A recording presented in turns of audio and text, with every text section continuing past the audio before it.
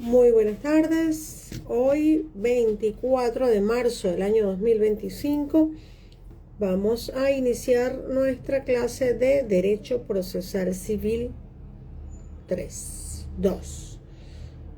Muy buenas tardes. Hoy 24 de marzo del año 2025 vamos a iniciar nuestra clase de Derecho Procesal Civil 2. Vamos a conversar el día de hoy sobre un tema muy interesante, la apelación. Por supuesto, este tema lo vamos a iniciar una vez que cada uno de los participantes se me identifique con nombre y número de cédula, abra sus cámaras para verificar la asistencia. Recuerden que la asistencia y la participación es muy importante porque estamos en evaluación continua y permanente. Recordemos también que tienen hasta el día de mañana para presentar la asignación relativa al ensayo de 3 cuartillas que les solicité a los fines de cumplir la primera tarea asignada por la Universidad José María Vargas. Dicha tarea debe ser subida al portal de la universidad. Vamos a ver qué es la apelación. La apelación es un recurso que interpone alguna de las partes ante un tribunal superior al que dictó la decisión en primera instancia, para que ésta anule, reforme, revoque una sentencia total o parcialmente. Puede ser desfavorable o no. ¿Qué quiere decir eso? ¿Qué entienden ustedes por eso?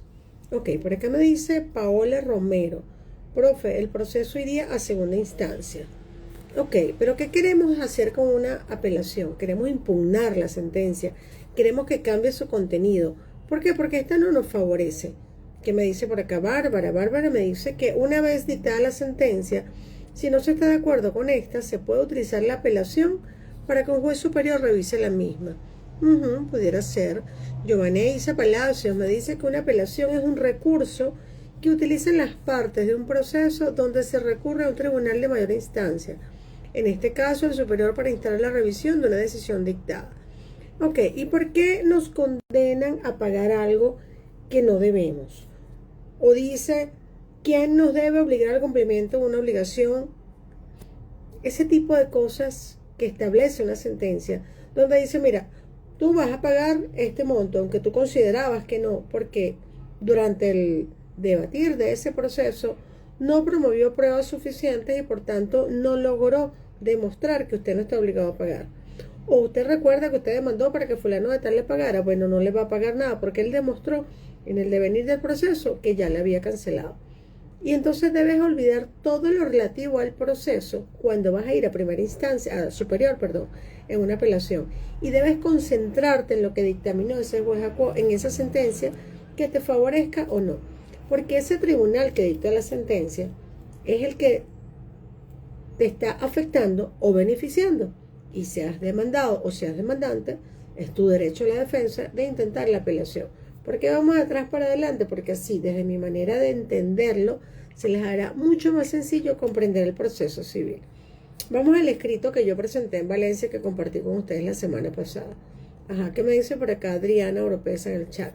Si una de las partes no está de acuerdo con una sentencia emitida en primera instancia, puede solicitar a un tribunal de mayor jerarquía que revise. Exactamente, eso es uno de los tantos definiciones que existe sobre la apelación. Giovaneisa me dice por acá, quiere decir que al final del proceso la sentencia se dicta luego de evidenciar el proceso completo. Ok, totalmente extraordinario me pareció la manera en la que estaba redactando. Me dice por acá, ¿quién? Giovaneisa, gracias Giovaneisa. Ok, yo tengo una duda. Por acá me dice Bárbara que tengo una duda sobre el escrito. Ya vamos a aclarar las dudas. Pero antes de analizar ese escrito o desglosando ese escrito, ¿qué es un proceso? Un proceso no es más que un conjunto concatenado y coordinado de actos procesales realizados por los órganos jurisdiccionales. Van de la mano, van paso a paso, uno al lado del otro. Entonces, si el proceso es un conjunto de pasos, debe tener una guía, ¿cierto? ¿Sí? Ok. Y entonces esa guía debe tener un procedimiento a seguir. Ese procedimiento indica cómo se realiza cada paso. Y además nos indica en ese mismo procedimiento qué requisitos cumplir para cada paso. Efectivamente.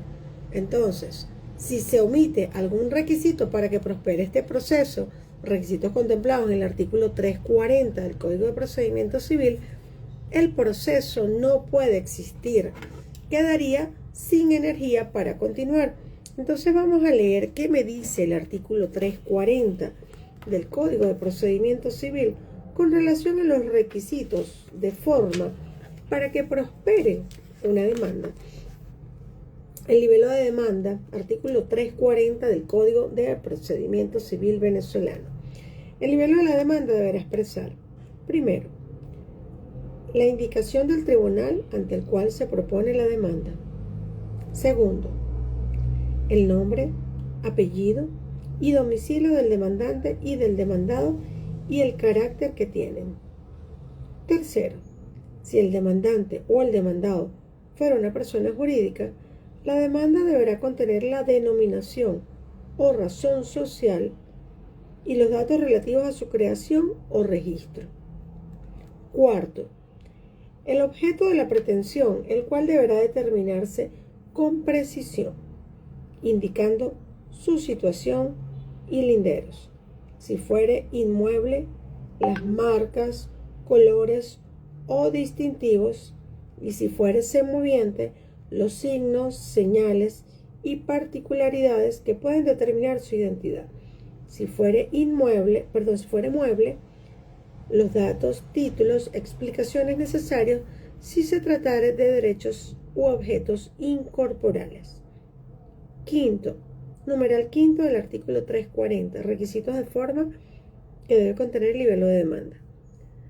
Quinto, la relación de los hechos y los fundamentos de derecho en que se base la pretensión, con las pertinentes conclusiones.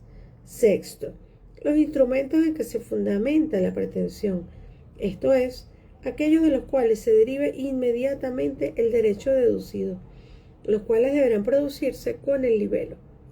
Séptimo, si se demandare la indemnización de daños y perjuicios, la especificación de estos y sus causas. Octavo, el nombre y apellido del mandatario y la consignación del poder. Noveno, la sede o dirección del demandante a que se refiere el artículo 174 del Código de Procedimiento Civil. Bueno, para poder entender mejor esto, vamos a desglosar este artículo 340, porque esta es la primera parte del proceso, el libelo de la demanda. Allí es donde nosotros redactamos, contenemos, condensamos toda nuestra pretensión antes de solicitar tutela al organismo del Estado, antes de acudir a los tribunales a interponer la acción pertinente, donde vamos a solicitar que se ejecute la pretensión que estamos conteniendo dentro de ese libelo de demanda. Nosotros debemos contemplar estos requisitos establecidos en el artículo 340 del Código de Procedimiento Civil. El primero, indicación del tribunal ante el cual se propone la demanda. Ustedes dirán, qué tontería, pero parece mentira la cantidad de colegas que se equivocan al momento de colocar el nombre del tribunal, porque es muy importante para ello conocer primero si el tribunal es competente, y si ese tribunal es competente por materia, por cuantía, por territorio, entonces ese a donde vamos a acudir. Es importante verificar si el tribunal a donde vamos a acudir es competente o no. Una vez que verifiquemos ello, colocamos en nuestro libelo de demanda el tribunal al cual está dirigida nuestra acción. Debemos identificar nombre, apellido y domicilio del demandante y del demandado. Pero lo más importante, el carácter con el que actúas. Si tú estás actuando como demandante, apoderado judicial de una persona, debes identificar todos los datos del poder y debes identificar la cualidad de tu poder dante para otorgarte ese poder. Porque si tu poder dante no tiene cualidad para otorgarte poder, tú no puedes actuar en su nombre dentro de un proceso. Y es indispensable que el apoderado judicial sea un abogado, porque de acuerdo al contenido de la ley de abogados, solo los abogados pueden actuar en juicio. No puede actuar, por decirte, el papá le dio un poder al hijo, que el hijo es administrador o ingeniero, para que lo represente en el proceso. No es permisible, no es aceptable. Solamente los abogados podemos actuar dentro del proceso. Si vas a asistir a una persona, debes identificar plenamente a la persona a la que vas a asistir, nombre, cédula, teléfono, domicilio, correo electrónico, e indicar, muy importante, indicar que su teléfono tenga vinculación con WhatsApp. Esto debido a las nuevas sentencias dictadas por el Tribunal Supremo de Justicia, que son de carácter vinculante. ¿Qué quiere decir esto? Que son de obligatorio cumplimiento para todos los tribunales de Venezuela. En razón de ello, esas sentencias deben ser cumplidas tal como fueron establecidas y como fueron dictadas. Y hoy día tenemos sentencias que establecen que la citación o notificación del demandado o del demandante y todo lo relativo al proceso puede hacerse por vía de correo electrónico o por vía de WhatsApp. En función de ello, es importante que mencionemos correo electrónico, número telefónico con vinculación de WhatsApp del demandado y del demandante, a los fines de que puedan ser notificados o citados u intimados, dependiendo del proceso que se trate, dentro del tribunal. Con relación al demandado, debes identificar plenamente que esa persona a la cual estás demandando es la persona contra quien puedes interponer esa acción, porque puede pasar que tú interpones una acción por error contra la persona equivocada. Suele pasar en materia de condominio, que de repente demandan a la persona que tiene 30 años viviendo allí y resulta que esa persona no es el propietario. Entonces no es la persona idónea sobre la cual puede requerir la acción para obtener la pretensión que estás solicitando. ¿Ok? ¿Estamos claros hasta allí? Yo creo que sí. Si voy muy rápido, me avisan. Vamos por acá. Si el demandante o el demandado fuera una persona jurídica, el tercero. Con relación a una empresa, si es una empresa, debemos mencionar paso por paso dónde fue registrada, en qué momento, en qué año, con qué acta, cuál es la facultad, de acuerdo a los estatutos de esa compañía, de la persona que está otorgando el poder, si realmente está facultada para otorgar poder o para actuar en juicio. ¿Okay? Es muy importante precisar esos detalles, porque puede ser que tú desgloses toda la información de la empresa, pero no coloques si esa persona está facultada o no para actuar en juicio. Entonces eso ya automáticamente desvirtúa toda la representación que puedas colocar. Entonces esa detallada información del demandante y del demandado es vital. La cuarta, el objeto de la pretensión. Tú debes tener clarito qué es lo que estás solicitando, en qué fundamentas, qué es lo que tú vas a pedir. ¿Vas a actuar con un inmueble? ¿Cuáles son los datos de ese inmueble? Sobre un mueble, ¿cuáles son los datos de ese mueble? Con detalle. Mira, este señor me debe en función de esto, porque yo le presté un dinero, acá está el documento donde consta. Este señor me debe en función de que él es propietario de este apartamento y no ha pagado el condominio como consta de acá. Tienes que precisarlo detalladamente, desglosarlo punto por punto.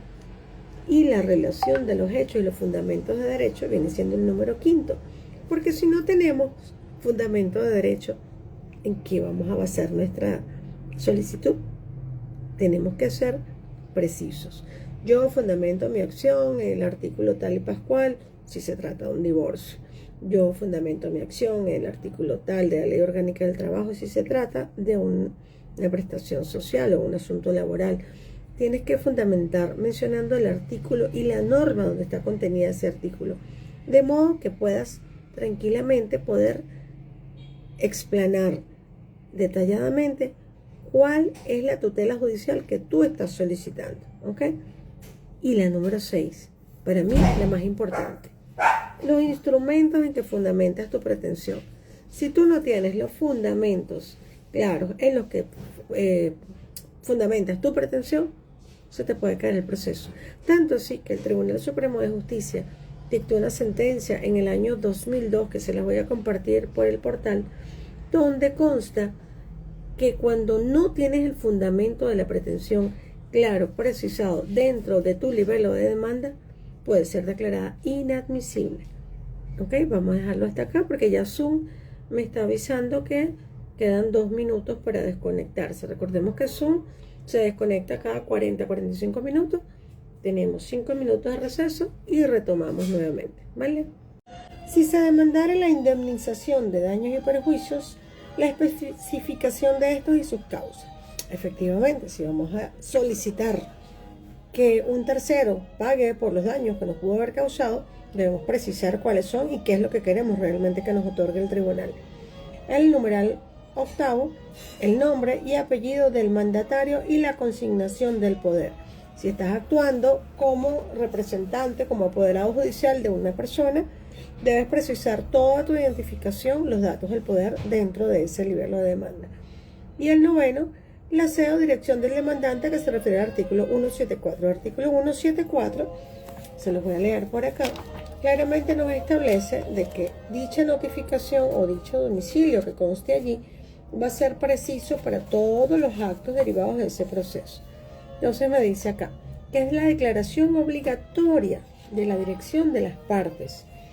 Entonces las partes y sus apoderados deberán indicar una sede o dirección en su domicilio o en el lugar del asiento del tribunal, declarando formalmente en el libelo de la demanda y en el escrito o acto de contestación la dirección exacta. Dicho domicilio subsistirá para todos los efectos legales ulteriores mientras no se constituya otro en el juicio, y en él se practicarán todas las notificaciones, citaciones o intimaciones a que haya lugar dentro de ese proceso. A falta de indicación de la sede o dirección exigida en la primera parte de este artículo, se tendrá como tal la sede del tribunal. ¿Cuál es la intención del legislador con esta exigencia de un domicilio procesal? Bueno, que se obvien todas esas dificultades y vicios de citación personal que a veces ocurren y se ahorra el dinero de los carteles, porque si tenemos un domicilio pues se hace mucho más sencillo. Entonces, vamos a continuar con una parte importante. No puedo ponerle pausa. Con una parte importante de este proceso judicial. Cuando estábamos viendo cuáles son los requisitos para que tenga validez o sea procedente una demanda, tenemos acá claramente que debemos especificar y precisar el tribunal. Ciertamente vamos a colocar si es por razón de materia, si es por razón de cuantía, si es por razón de jurisdicción, pero hay uno de los requisitos específicos que es el contenido en el numeral sexto del Código de Procedimiento Civil, el artículo 340 del Código de Procedimiento Civil, que me dice los instrumentos en que se fundamenta la pretensión. Esto es, aquellos de los cuales se derive inmediatamente el derecho deducido y deberán producirse con el libelo. Es decir, sin el soporte material de la pretensión deducida, no se admite la demanda. En otras palabras, es el instrumento del cual se deriva inmediatamente el derecho reclamado. Por tanto, debe ser llevado el proceso al momento de presentar la demanda. Y así me lo dice el artículo 340 del Código de Procedimiento Civil. El libelo de la demanda deberá expresar los instrumentos en que se fundamente la pretensión. Esto es, aquellos de los cuales se derive inmediatamente el derecho deducido. Y hubo una sentencia del 18 de septiembre de 1990, la sentencia número 4209 de la Sala de Casación Civil, que estableció que si esos instrumentos fundamentales de la pretensión no se acompañan al libelo de la demanda, esa demanda deberá ser declarada inadmisible. ¿Qué les parece? Entonces, bueno, acá tenemos ya cuáles son los requisitos que no se deben omitir al momento de redactar el libelo de la demanda, porque sin estos requisitos no puede existir un proceso. Se quedaría sin energía para continuar, por decirlo de alguna manera. Es como pretender que un carro arranque sin gasolina cuando no es eléctrico, o quizás arranque empujado si es sincrónico, o en drive, en bajada si es automático, pero no va a poder llegar muy lejos. En el proceso es igual. Si no se cumplen los requisitos para que el proceso prospere o se obvian los pasos del proceso, el juicio no va a llegar muy lejos. ¿Ok? Entonces, ¿por qué? Porque no se le está dando la continuidad procesal. Por acá me dice la alumna Bárbara, el juez tiene que pronunciarse al respecto. Por supuesto, Bárbara, el juez siempre debe pronunciarse al respecto. ¿Ok? Por acá me dice, en el caso de la demanda debe admitirla o no. Efectivamente, ya, déjame cerrar acá porque hay bulla. Ya bulla. Ok.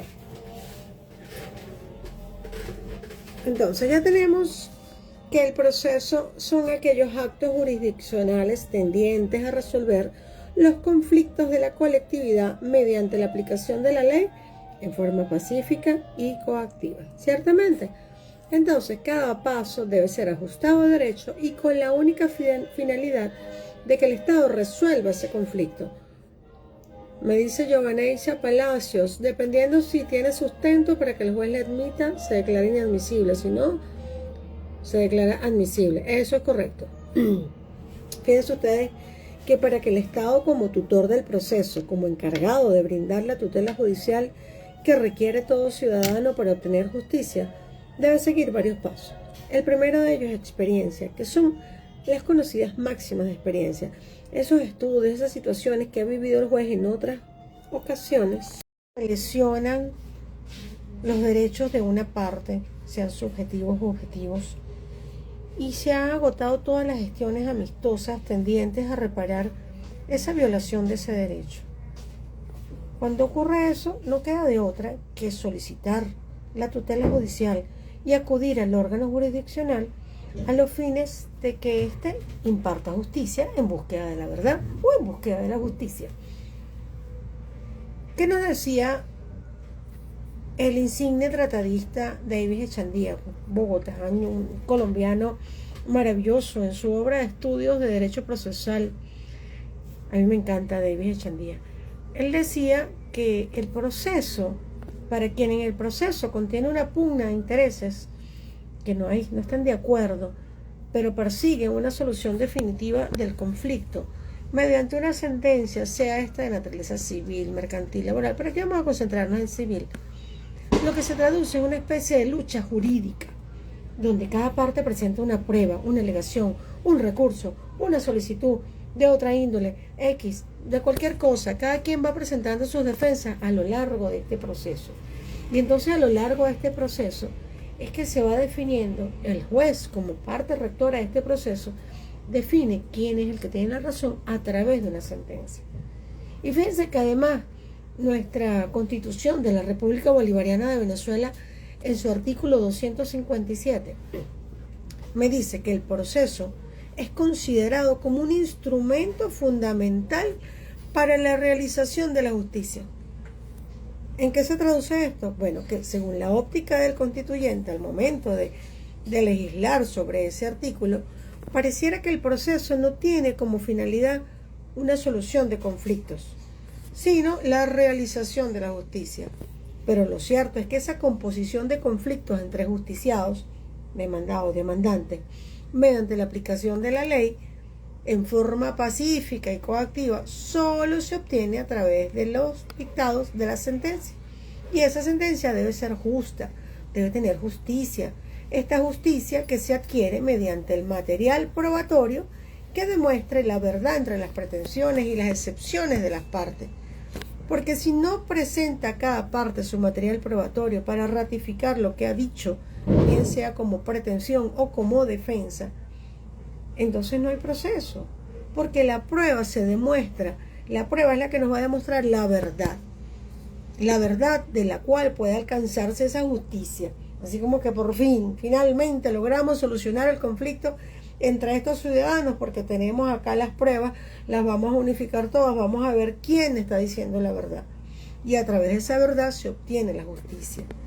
Y eso es lo que nosotros tenemos que pedirle al juez, que de acuerdo a esa norma citada, el juez de instancia, el que toma la decisión en primera base, por decirlo de alguna manera, el que está de primerito en la fila, el primero donde tú acudes, ¿ok? Ese juez de instancia debe procurar en sus decisiones la búsqueda de la verdad.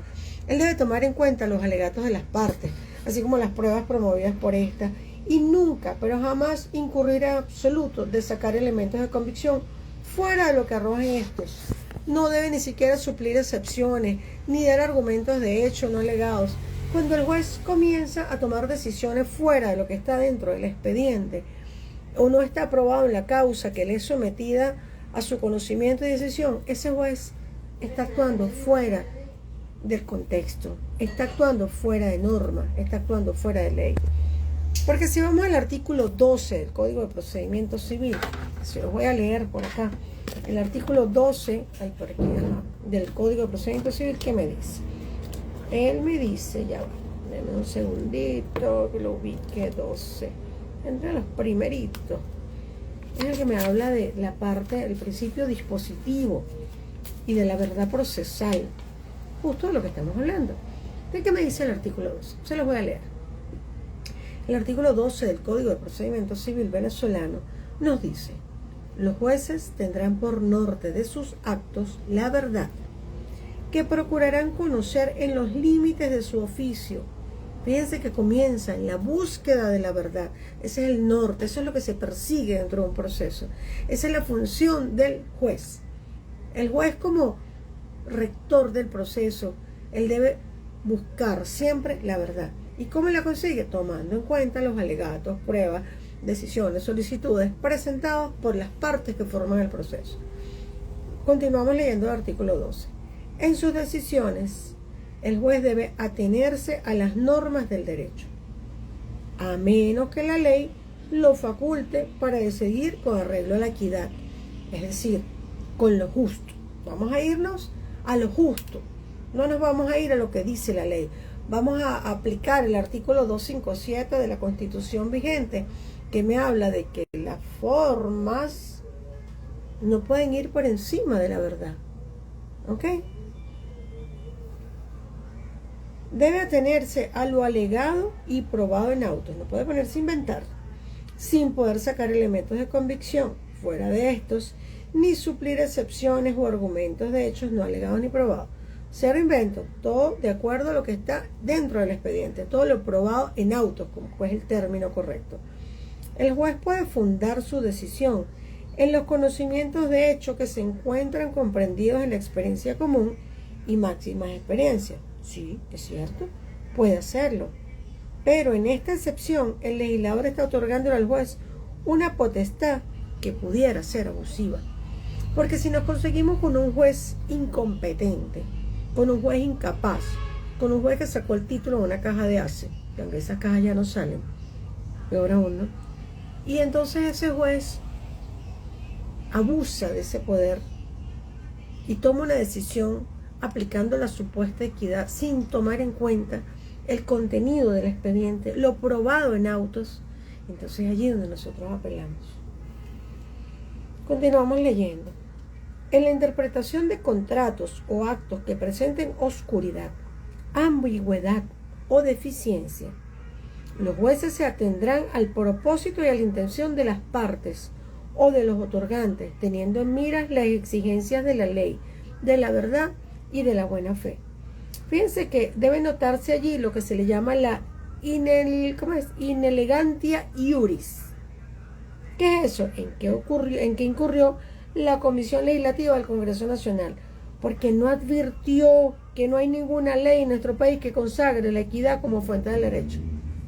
En los principios procesales del derecho, sí, principio de la equidad. Pero en las leyes venezolanas, en la legislación venezolana, no existe ninguna norma que nos hable de la equidad como fuente del derecho. Sin embargo, en este artículo, el legislador lo está conteniendo. Incurrió un error grave porque nos afecta a todos a lo largo de los juicios y los procesos cuando nos topamos con aquellos jueces que no tienen por norte la búsqueda de la verdad, sino de la platica. Suena feo, pero es cierto. Eso pasa mucho.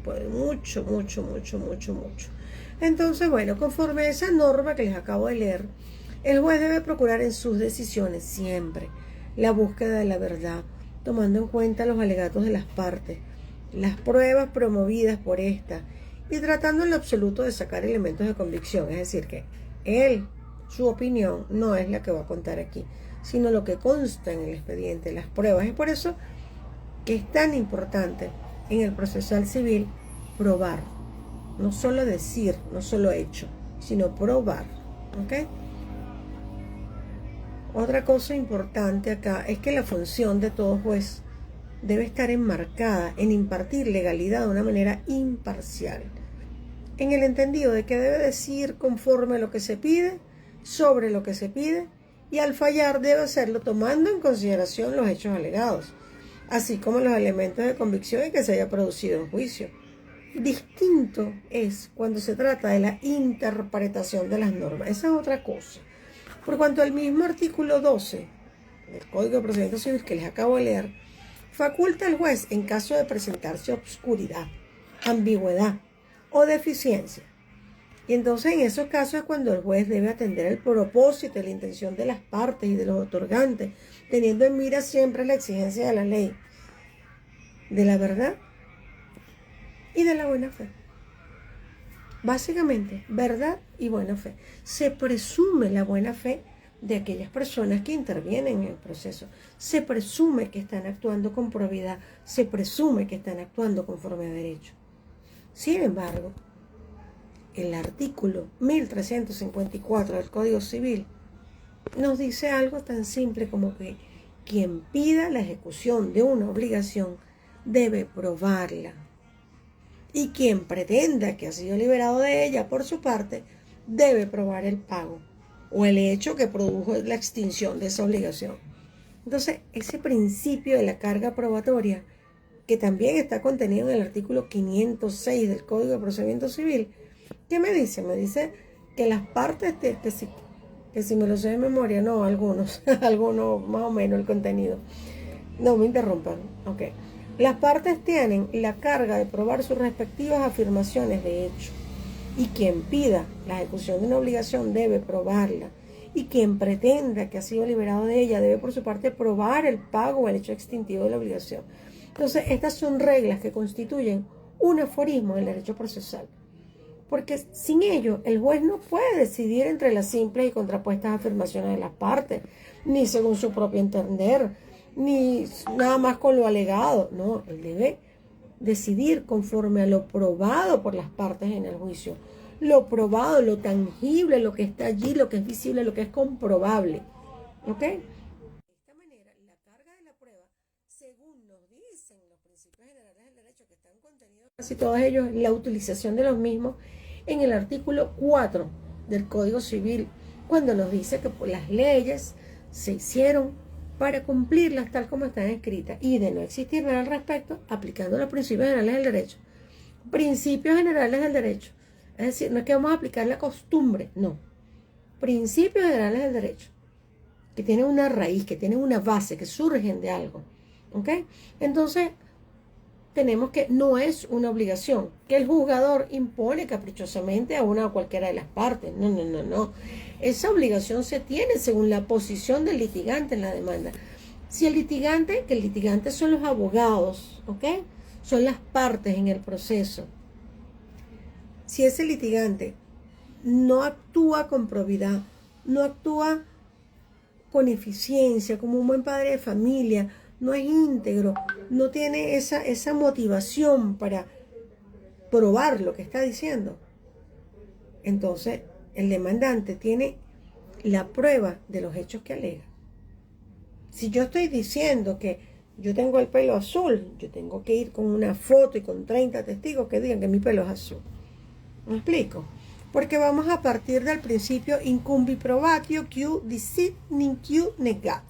Es decir, que incumbe probar a quien afirma la existencia de un hecho, no a quien lo niega. Al menos en el derecho civil. En el derecho civil, si yo digo algo, yo tengo que probarlo. En el derecho laboral es distinto. En el derecho laboral se invierte la carga de la prueba. Si el trabajador dice que trabajaba 30 horas al día, aunque el día tenga 24 y ganaba 10 millones de dólares por hora, el patrono es el que tiene que probar que eso no es verdad. Injusto, ¿verdad? Bueno, porque se supone que el patrono, el trabajador es el débil jurídico, se supone que el patrono es el que lleva una correlación de los gastos, de los ingresos, de la contabilidad, de la declaración de impuestos, donde puede verificar qué es lo que realmente paga. Y quizás tenga un sistema donde se establezca la hora de entrada y salida y se ve el verdadero horario del trabajador. Pero en materia civil no. En materia civil tú debes probar absolutamente todo lo que tú alegas. Fíjense que el demandado puede tocarle, puede corresponder la prueba de los hechos en que se basa su excepción. ¿Por qué? Bueno, en virtud de otro principio de derecho, el reus incipiens fit actor. ¿Por qué? Porque se torna el demandado en actor, y es por esto que existe lo que en venezolano se llama contrademanda, que en realidad se llama, a ver quién me lo dice por allí, vamos a ver quién me lo dice, no se los voy a decir. Vamos a esperar. Yo voy a seguir mientras ustedes piensan y me lo escriben, por favor, para no interrumpir la clase. Bueno, al tornarse el demandado en actor, a su vez en esa excepción, su principio se armoniza con el primero.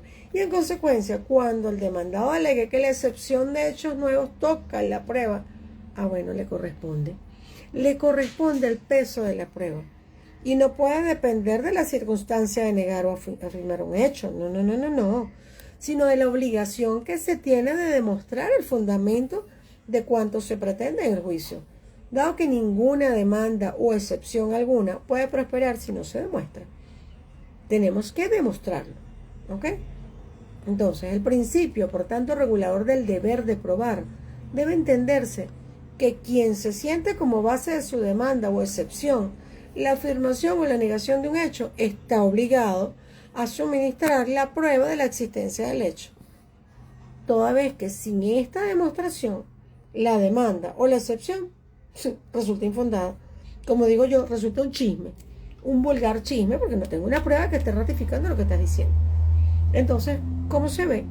La carga de la prueba se impone por ley y por doctrina, evidentemente, pero además de ello, también la ampara el interés de las partes, porque si yo soy parte en un proceso, yo soy la primera interesada en probar lo que estoy alegando, porque si quien está obligado a probar su afirmación no lo hace, entonces su pretensión sencillamente será desestimada, dado que el juez solo procede según lo dispuesto del artículo 1354 del Código Civil, en concordancia con los artículos 12 y 506 del Código de Procedimiento Civil que ya leímos.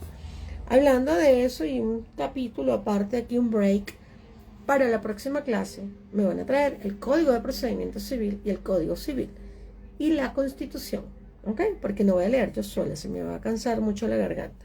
Necesito que ustedes también lean. Ahorita no quiero que me interrumpan porque les estoy explicando los detalles de la prueba. Fíjense que estamos en una apelación, vamos de arriba para abajo o de abajo para arriba, todo depende cómo lo veas. Hay otro aspecto que el procesalista uruguayo Eduardo Couture, él advertía que la crisis del proceso es en sustancia la crisis de la verdad y que para encontrar de nuevo la finalidad del proceso es necesario volver a creer en la verdad, habituarse de nuevo. Mira, se podría decir que a tomar en serio la idea de la verdad, ¿ok? No obstante, a juicio de las partes, la finalidad del proceso no es solamente la búsqueda de la verdad. La finalidad del proceso es algo más. La finalidad del proceso va más allá. Es algo más profundo, es algo más concreto, es algo más perecedero, no, duradero. Sí, lo contrario de perecedero. La finalidad del proceso es la justicia, la búsqueda de la justicia, y la cual se determina, o le da la determinación, la verdad, porque la verdad no es solamente una premisa, ciertamente. La verdad es una premisa y es importante destacar que la cualidad o legitimatio causum debe entenderse como la idoneidad de la persona para actuar en juicio, en su aspecto activo o pasivo. Idoneidad esta que debe ser suficiente para que el órgano jurisdiccional pueda emitir un pronunciamiento de mérito. Entonces, ¿qué resulta? Es una identidad lógica entre la persona a quien la ley concede el derecho o poder jurídico y la persona que lo hace valer y se presenta ejercitándolo como legitimado efectivo, y la persona contra quien se afirma la existencia de ese derecho. Entonces, la falta de cualidad activa o pasiva, también llamada legitimación a la causa, y según ella se refiere al actor o al demandado, se llamará legitimación a la causa activa o pasiva. Esa cualidad desde el punto de vista procesal que expresa una relación de identidad lógica entre la persona del actor y aquella a quien la ley le concede la acción, la cualidad activa, por supuesto, y entre la persona del demandado y aquella contra quien la acción es concedida, que es la cualidad pasiva. Por tanto, el proceso judicial está regido por el principio de bilateralidad de las partes. A mí algunas palabras se me pegan, pero bueno, siempre ha sido así. ¿Y cuál es ese principio? Demandante y demandado. Quienes para actuar efectivamente dentro del proceso deben tener cualidad, deben tener legitimation ad causam, porque su noción apunta a la instauración del proceso entre quienes se encuentran frente a la relación material e interés jurídico como contradictores. Entonces, ¿qué alude a quienes tienen derecho por determinación de la ley para que en su condición de demandante y demandado resuelvan sus pretensiones ante el órgano jurisdiccional? Bueno, ese detallito es lo que viene a constituir la cualidad para actuar dentro de un juicio. Y ese tema de la cualidad es uno de los primordiales que deben ser considerados al sentenciarse, por lo que se ha dicho innumerables veces. La cualidad es inherente al fondo de la controversia, porque si yo no tengo cualidad para actuar en el juicio, yo no soy quien digo ser, yo no soy a quien corresponde cumplir esa obligación. Entonces, ¿cómo va a haber un juicio? ¿Cómo puede existir un proceso si la persona que está demandando o la persona que es demandada no se le atribuye esa situación? No se le atribuye esa obligación de hacer o de no hacer. Entonces, si no hay cualidad, no hay controversia, porque es el fondo de la controversia, es lo que, vamos a decir, el génesis, es lo que surge de allí. Si no hay cualidad, no puedes intentar nada. Es como que yo me quiera divorciar de Josué. ¿Cómo voy a divorciar de Josué si nunca he estado casada con él? No tenemos la cualidad. Ciertamente, tenemos que tener la cualidad para poder intentar ese proceso, para que esa controversia exista. Y cuando hay falta de cualidad o falta de interés en el actor o en el demandado para intentar o sostener ese juicio, el juicio se hace valer al contestar el fondo de la materia. Y entonces la vieja excepción cambia de naturaleza jurídica y de inadmisibilidad, que es la correcta, se transforma en perentoria, con la finalidad de que declare infundada la demanda, por consiguiente, la cualidad o interés en el actor para intentar el juicio y el demandado para sostenerlo. Porque si uno no puede intentarlo y el otro no puede defenderse porque no le corresponde, ahí no hay proceso. Ahí no existe proceso. Porque el proceso no solo se rige en la búsqueda de la verdad, el proceso se rige en el interés real de las partes. Espero que hasta allí estemos bien. Entonces, para sostener el proceso, se presenta un examen como una cuestión prejudicial, por decirlo de alguna manera, en los procesos lógicos del sentenciador.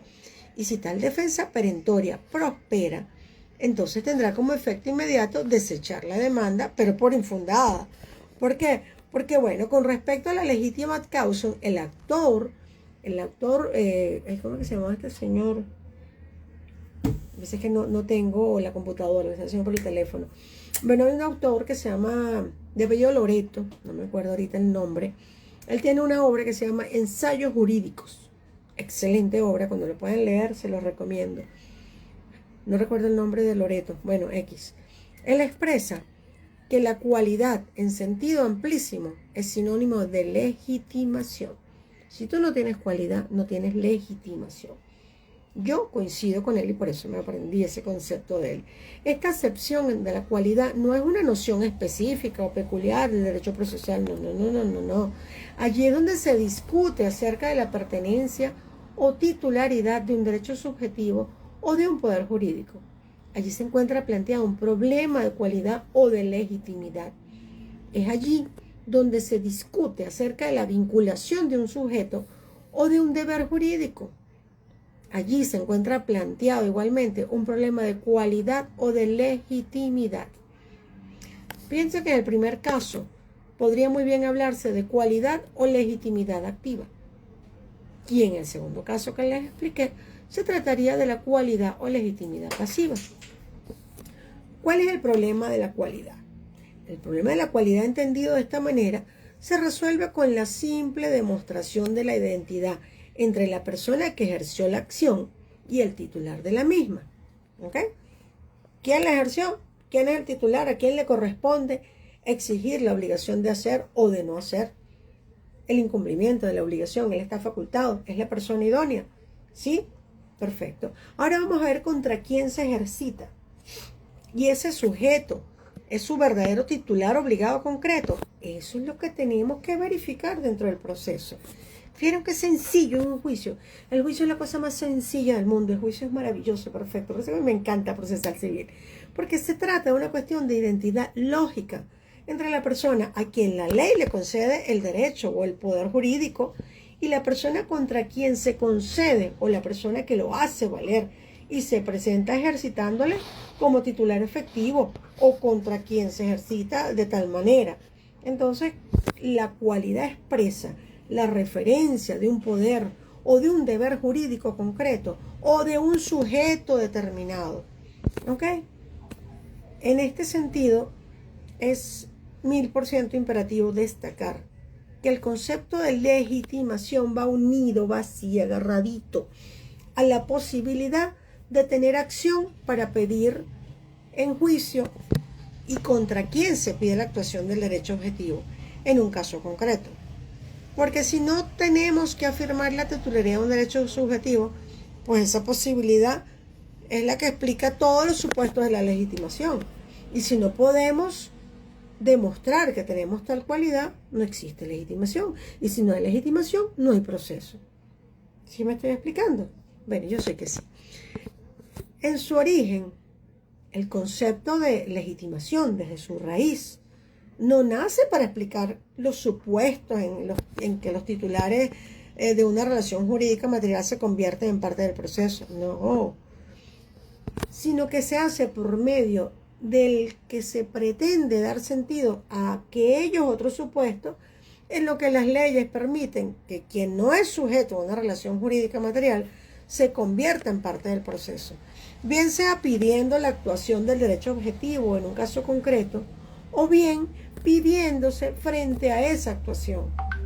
Entonces, solamente después se aspira a generalizar el concepto y acaba por aplicarse el supuesto normal de quienes deben ser partes en un proceso determinado o concreto para que éste pueda aplicarse el derecho objetivo. Entonces se llega a dictar una sentencia que se pronuncie sobre el fondo del asunto. De hecho, la Sala Constitucional del Tribunal Supremo de Justicia dictó una sentencia el 6 de diciembre del año 2005, que se las voy a compartir por el portal, no recuerdo el número de la sentencia, sí el ponente era Jesús Eduardo Cabrera Romero. Y bueno, el doctor Cabrera en ese momento, él estableció lo siguiente.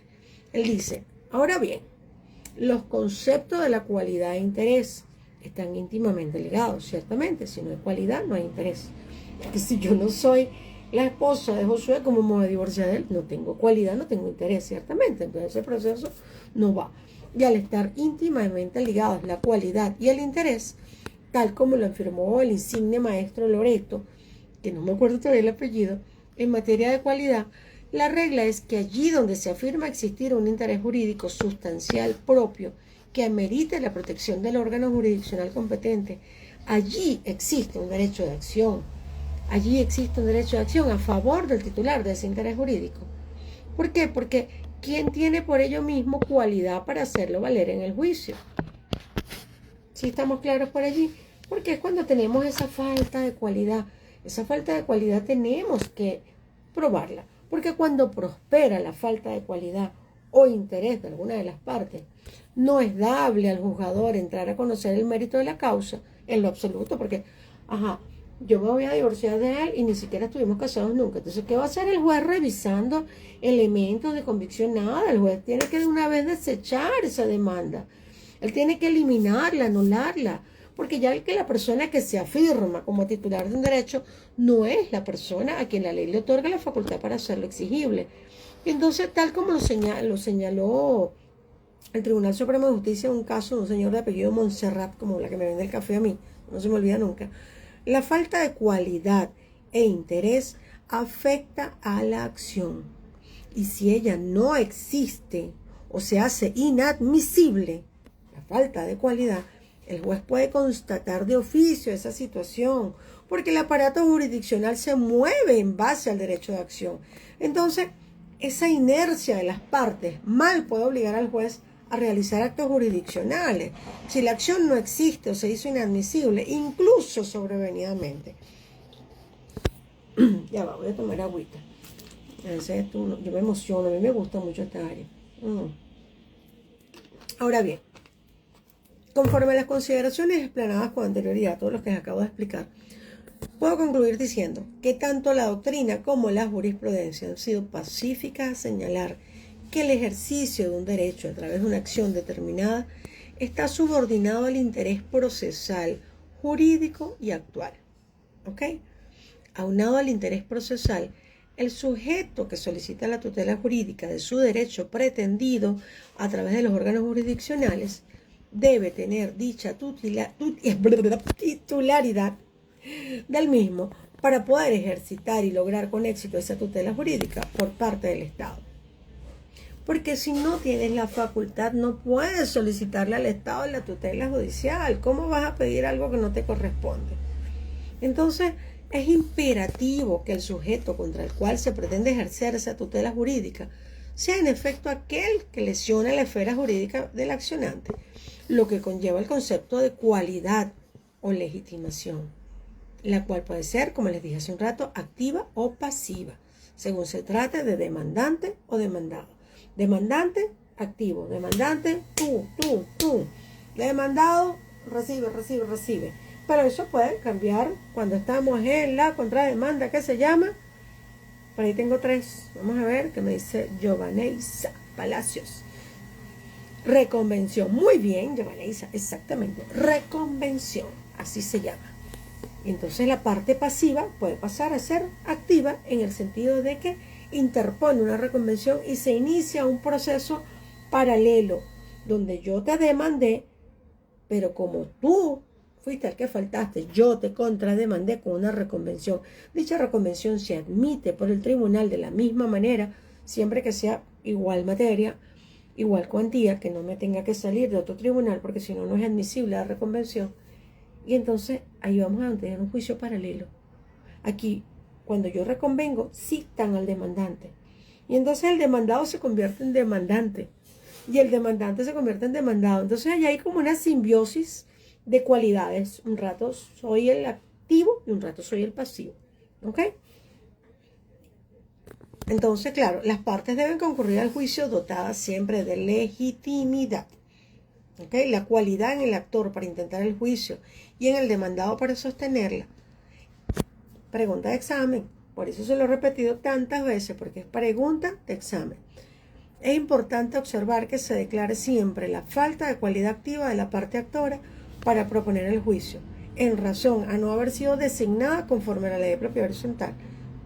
Entonces, si una persona requiere unos requisitos fundamentales de procedibilidad para que su capacidad, su cualidad sea real, sea tangible, sea exigible y sea legal, entonces claramente se expone que cuando no es así, ese proceso debe desecharse.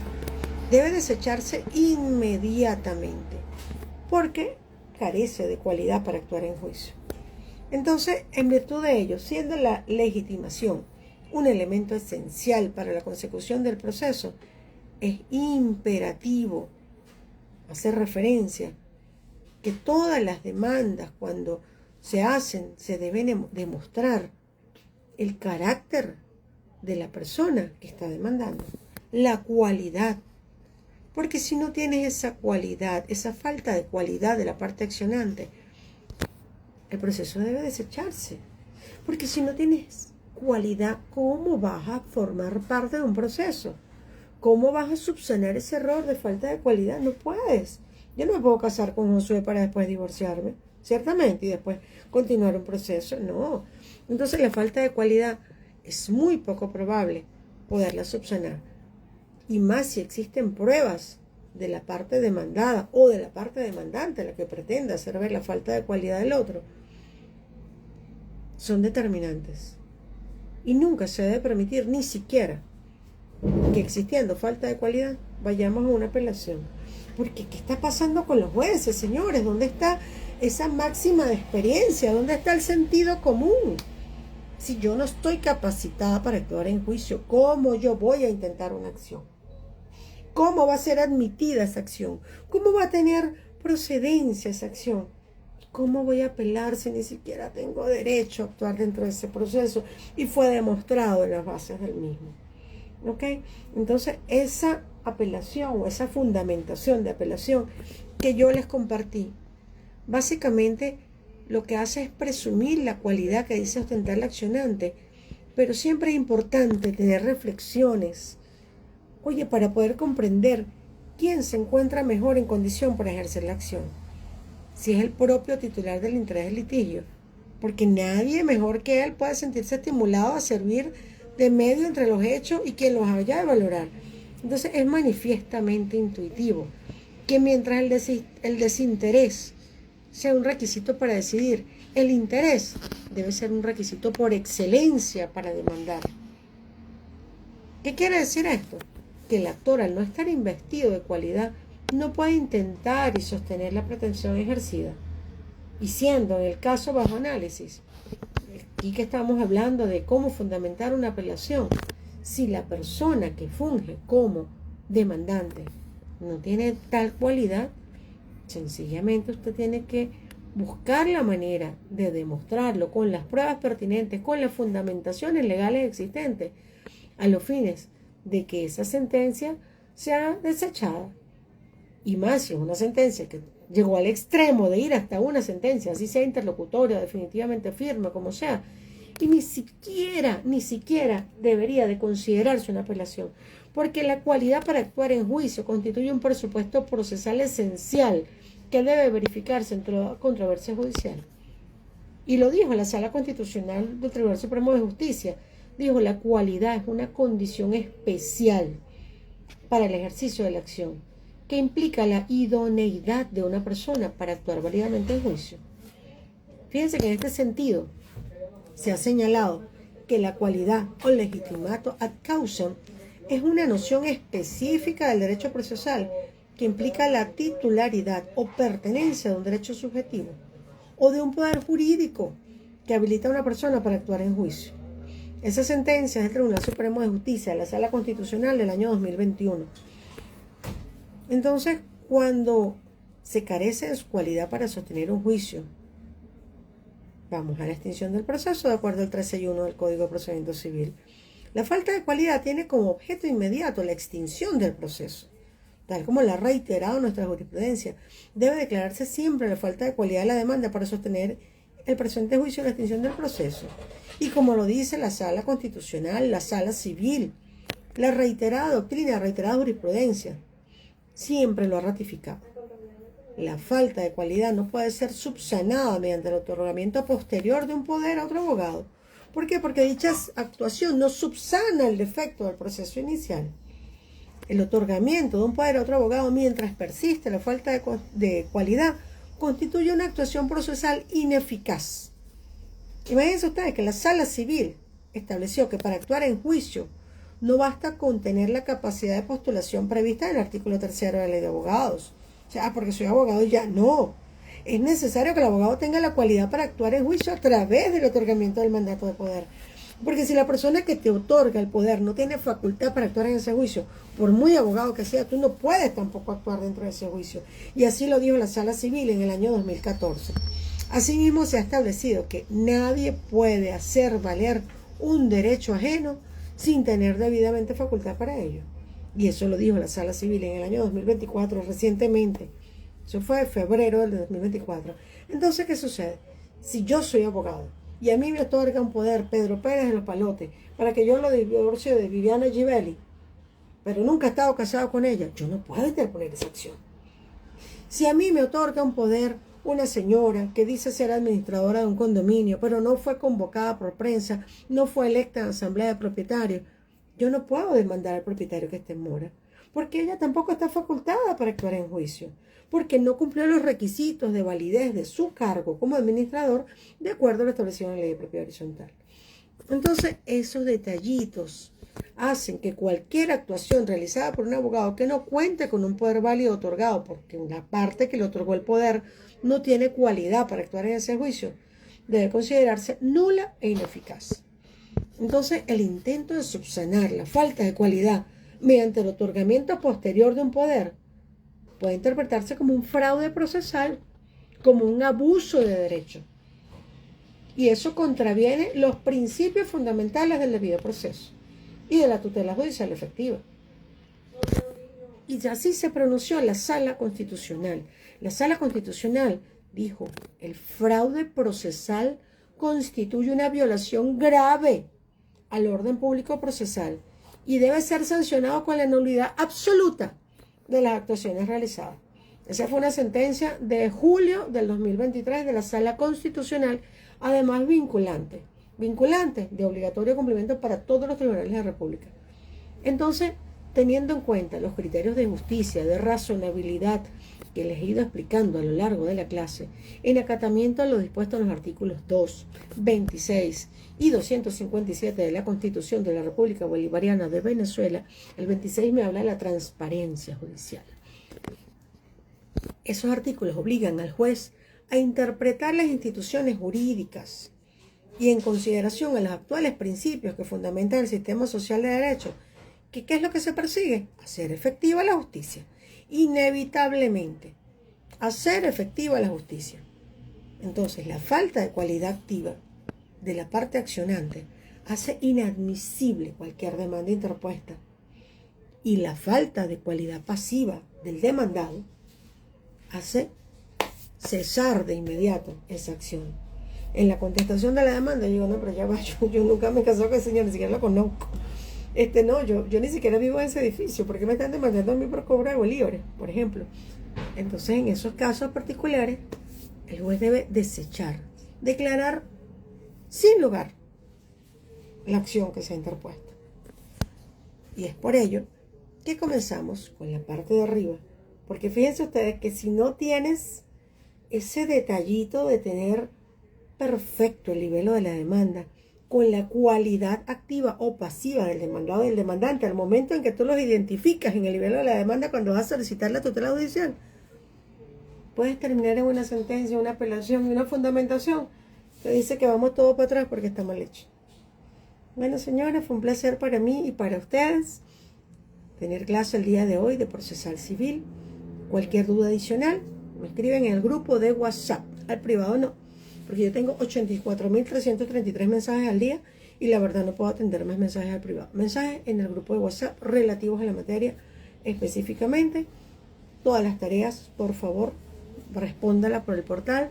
Si están bloqueados, yo no puedo hacer absolutamente nada. No hacen nada con enviarme la tarea a mí porque yo no puedo colocar notas, sino directamente en el portal. Bueno, nos vemos en la próxima clase, el día miércoles, en el mismo horario de siempre. Que Dios me los bendiga.